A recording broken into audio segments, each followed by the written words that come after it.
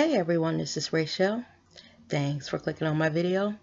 And I came in today, y'all, to talk about Omarosa. I'm pretty sure by now you guys have heard that her book has come out. And she's getting a lot of backlash from the White House, saying that she's lying.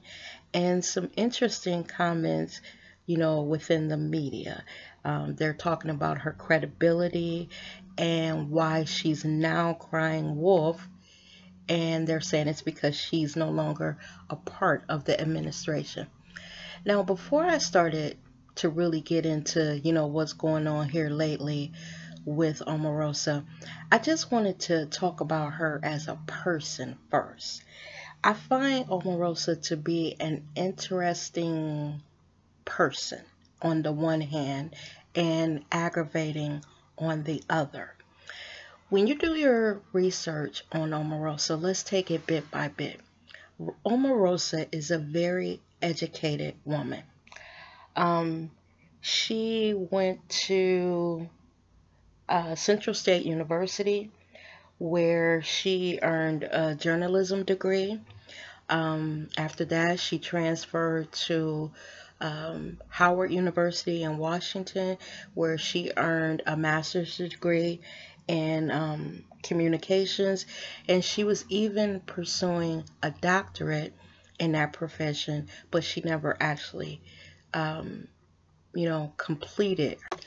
Now that I've kind of explored a little bit of her background, it helps me understand how she was able to get some of the jobs that she's had. Because Omarosa actually worked for Al Gore in the Clinton White House. She was one of the staffers there. There were, rumors that she was very, very difficult back then, and she was asked to leave that position. From what I'm understanding, they transferred her to another department, and even in that second department, she was causing so many problems that the person that she worked for said that Omarosa was the worst employee that they ever hired. With her attitude, just everything about her caused problems around her. So we see that Omarosa, this is nothing new with her being controversial. Now, the reason why I wanted to explore Omarosa's, her background, her education, is because I believe that Omarosa uses her education and her intelligence as a sword. She uses it to, get the positions that she has, which, she's qualified as far as education is concerned. But I don't know what in her background makes her such a bitch. Because when she points that sword of her education, instead of getting these jobs, going in, doing a good job, and not causing problems where people end up hating her and damn near applaud when she leaves, she goes in and shows her fucking ass. And Omarosa strikes me as one of those type of girls that were smart. I believe that she's always had smartness on her side. Being intelligent, being able to go into a situation and, master it. But instead of using that, in a good way, Omarosa has some bitchiness, which causes people to dislike her. If we remember her on Celebrity Apprentice, the first season, she was on there showing her ass. She was like voted the most hated person in reality TV. And she says that it was because she was edited wrong and this and that. But something my mother always taught me is, if everywhere you go, somebody has a problem with you, you need to stop and take a look at what you're doing to cause those folks to feel that way. It can't be everybody that's wrong, and you're never wrong. So with Omarosa, her keeping a lot of confusion going on around her, she seems to thrive in that. And that brings us to today. Trump, in some small way, helped contribute to the person that she is by giving her that platform of The Apprentice, those 3 seasons, to go on and become this bad girl of reality TV. We've seen her on other shows, and what you always get when you speak of Omarosa is a person that is quick to get smart with people, quick to throw her intelligence around, quick to throw her credentials around. She'll talk about working in the White House and her education and all of that. And let me just stop by saying this. There's nothing wrong with the education that she brings. If she wasn't who she was, we would say, with all that education that she has behind her, good for you.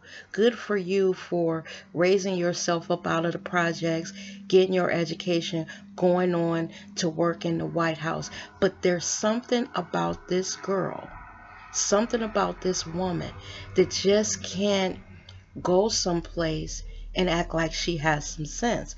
I don't know if it was, mistakes made in the raising of her, because let's face it, the American dream is to get your education, go on to get a good job. And let's face it, Omarosa worked in the White House. She was on television. She had a platform where she could have really done some great things. But instead, in her case, it's always controversy around her. And I believe that she enjoys that. That brought us to, when Trump decided to run for president. He went and dug her up and said that she was going to be some type of liaison between, I guess, the White House and the black community. Now, my feeling is this. Omarosa has never struck me as the type that was down for the black cause. She strikes me as the type that is more, the jobs that she takes are more self-serving. There are jobs to promote her, jobs to, expand her career and further her career. Now, I'm not saying that, by her being a black woman, that she couldn't, have some intention on getting positions where she feels that, black people need to be. But the problem is that when she gets there, she doesn't do the right thing. And it makes me think that there's some little quirk in her personality. I remember when Donald Trump was running, and, she was doing the media little round around where you go on shows and you sit down and you talk to people about your candidate. And she always came off angry and, just saying terrible things to people, and, almost this blind hero worship of Donald Trump. It almost makes you feel like her and him had some type of relationship other than professional. I wouldn't put it past her and him to have dabbled a little bit the way she acts about him. Because remember when she made that statement, where it sounded almost crazy. She said every critic, every detractor will have to bow down to President Trump. It's everyone who's ever doubted Donald, whoever disagreed, whoever challenged him. It is the ultimate revenge to become the most powerful man in the universe. Lord, when she said that, I said she sound like she been doped up or something. Like, this is the fucking Antichrist, and he has some type of mind control over these people that follow him. I just don't understand that, that blind worship. So then she gets in the White House. And, she's bringing her wedding party there. She's handing him or giving him controversial things that, he tweets out about, things that are going on. They said that she helped, facilitate some of this craziness that he's tweeting out. Then it comes to the day where Kelly goes to tell her, she's no longer wanted in the White House. Her services are no longer needed. Now she says that she did not run through the White House yelling and cursing and acting a fool. On the one hand, I believe a portion of it only because she has these tapes of, him telling her that she was going to be let go and that she was leaving it immediately and that she was going to be escorted out the White House. But with the personality that she has, I believe a bit of what they said. I don't believe that she went out peacefully. And I believe that when she was fired, when she was let go, she was on a mission to get back at that White House. It's mighty funny that while he was running, she was so far up his ass, she could hear what he was thinking. And just co-signing everything he said. She was standing there on election night on the stage when he won, and she was one of the people that was, on stage with him, and he went down the line and kissed and hugged everybody. Lord, I don't even see, what she thought she was going to get from him, because he's cut from the same cloth that she is. Two snakes. He attracts people that are like him, and that's what Omarosa is.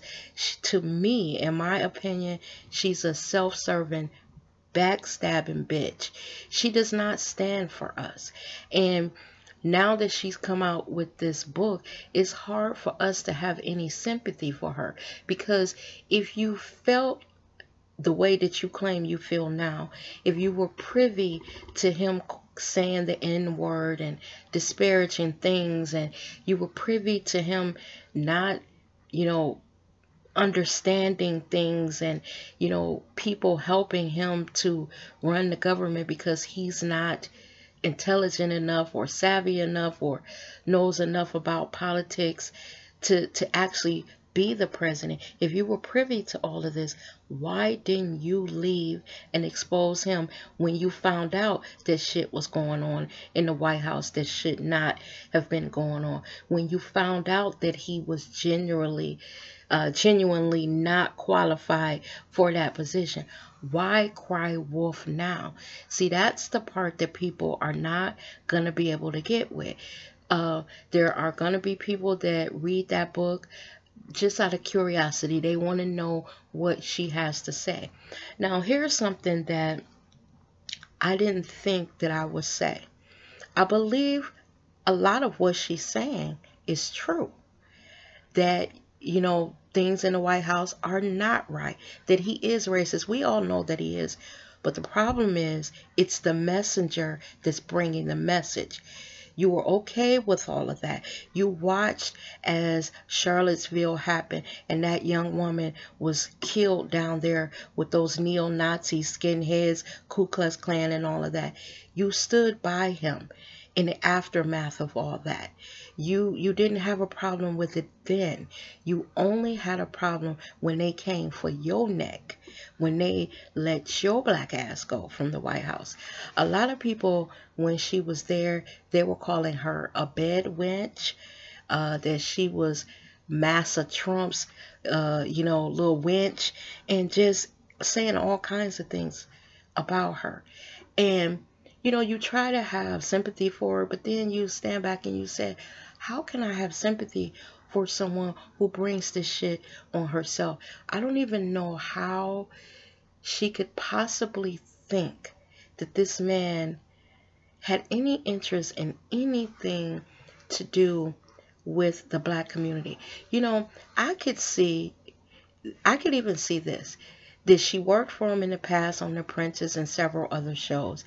And she was offered a position, making almost $180,000 working in the White House. It is a prestigious position. The money is hard to pass up. So you take the job. you get in there and you start seeing stuff that you now say that you didn't agree with. Why would you stay? Y'all, I have left jobs for lesser offenses. Why would you stay with all that education that you have behind you, and the ability to pick up a reality show here and there to make some money to keep you going? Why would you stay? That's the part that people have a problem with. Like I said, there are going to be people that read her book. There are going to be people that, find some of the things that she say very truthful.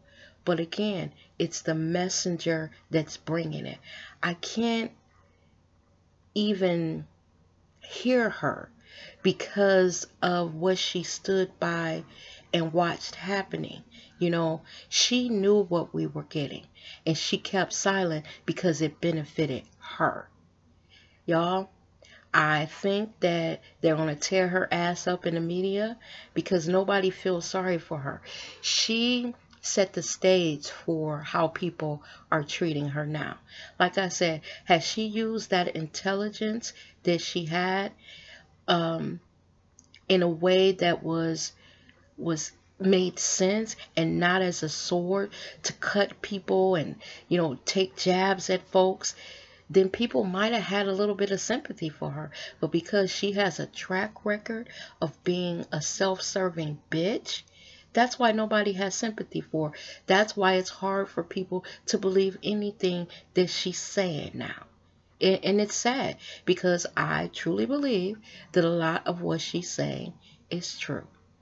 Y'all let me know how y'all feel about this. I just wanted to come in and weigh in on this heifer and see what y'all thought of it.